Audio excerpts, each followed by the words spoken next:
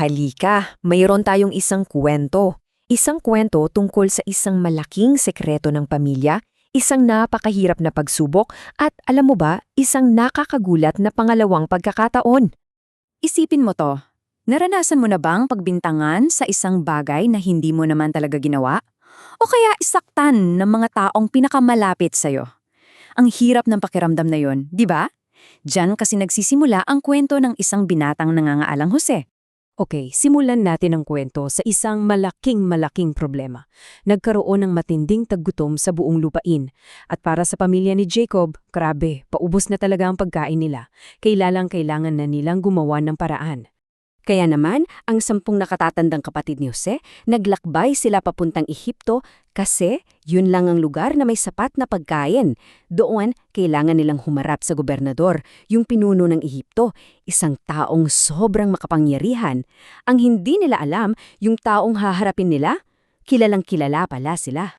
At pagdating nila doon, pagharap nila sa gobernador, yumukod sila ng todo-todo bilang paggalang.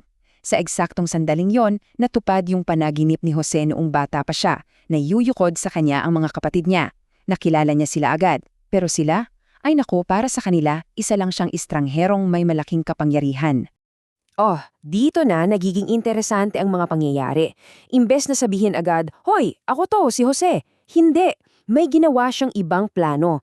Isang lihim na pagsubok para malaman kung yung mga kapatid niya ay yung mga malupit pa ring mga tao na nagbenta sa kanya noon. At ito ang plano niya. Una, pinagbintangan niya silang mga espiya. Grabe.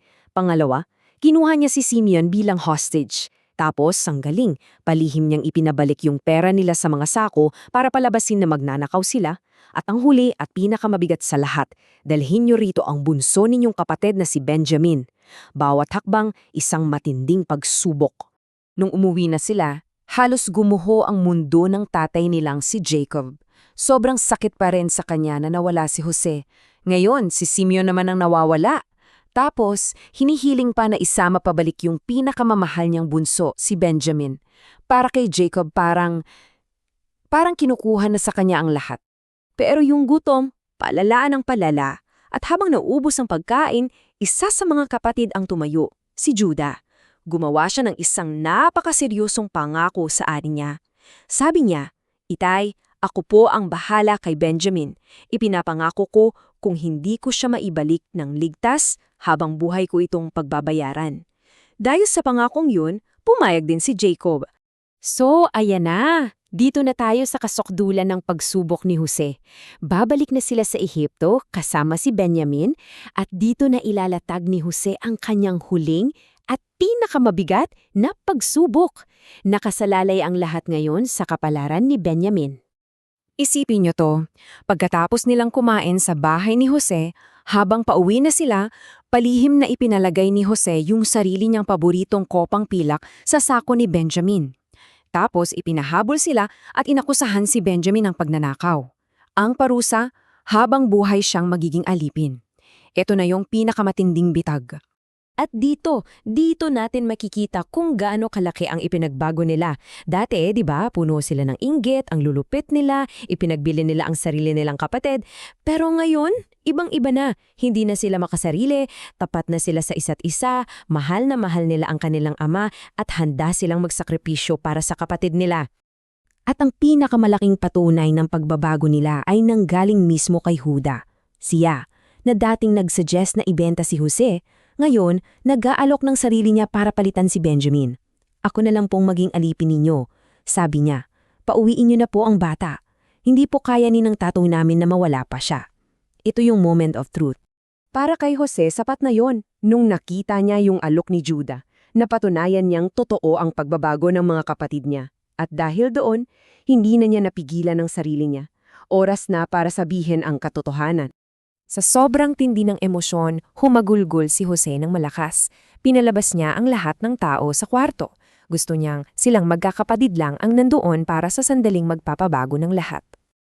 At pagkatapos, sa gitna ng kanyang mga luha, sinabi na niya ang mga salitang nagpatigil sa mundo ng kanyang mga kapatid. "Ako si Jose. Buhay pa ba ang aking ama?" Naku, hindi sila makapagsalita. Gulat, takot, pagtataka, lahat na. Kasi yung kapatid na akala nilang matagal ng patay ay nasa harap nila. At siya pala ang pangalawang pinakamakapangyarihang tao sa buong Ehipto. Pero hindi lang pagpapakilala ang ginawa ni Jose ha, ang paliwanag niya kung bakit nangyari ang lahat ng yun yung mas nakakagulat. Dito natin matututunan ang pinakamalaking aral ng buong kwento. At ito yung sinabi niya, pakinggan nyo. Huwag na kayong malungkot o magalit sa sarili nyo. Hindi kayo ang nagpadala sa akin dito, kundi ang Diyos. Ginawa niya to para magligtas ng maraming buhay. Kumbaga, yung masamang plano nyo laban sa akin, ginamit ng Diyos para sa isang napakabuting dahilan. So ano ang naging resulta ng lahat? Yung pagpapatawad ni Jose ang nagligtas sa kanilang lahat. Lumipat ang buong pamilya sa Ehipto, binigyan sila ng pinakamagandang lupain at sapat na pagkain. At ang pinakamahalaga sa lahat, muli silang nabuo bilang isang pamilya. Si Jacob, sa kanyang pagtanda, nayakap muli yung anak na akala niya ay wala na. Kaya, iiwan ko sa inyo ang tanong na ito para pag-isipan. Paano kaya posibleng yung isang masamang bagay na nangyari sa'yo noon ay pwedeng gamitin para maging daan sa isang magandang bagay sa hinaharap mo?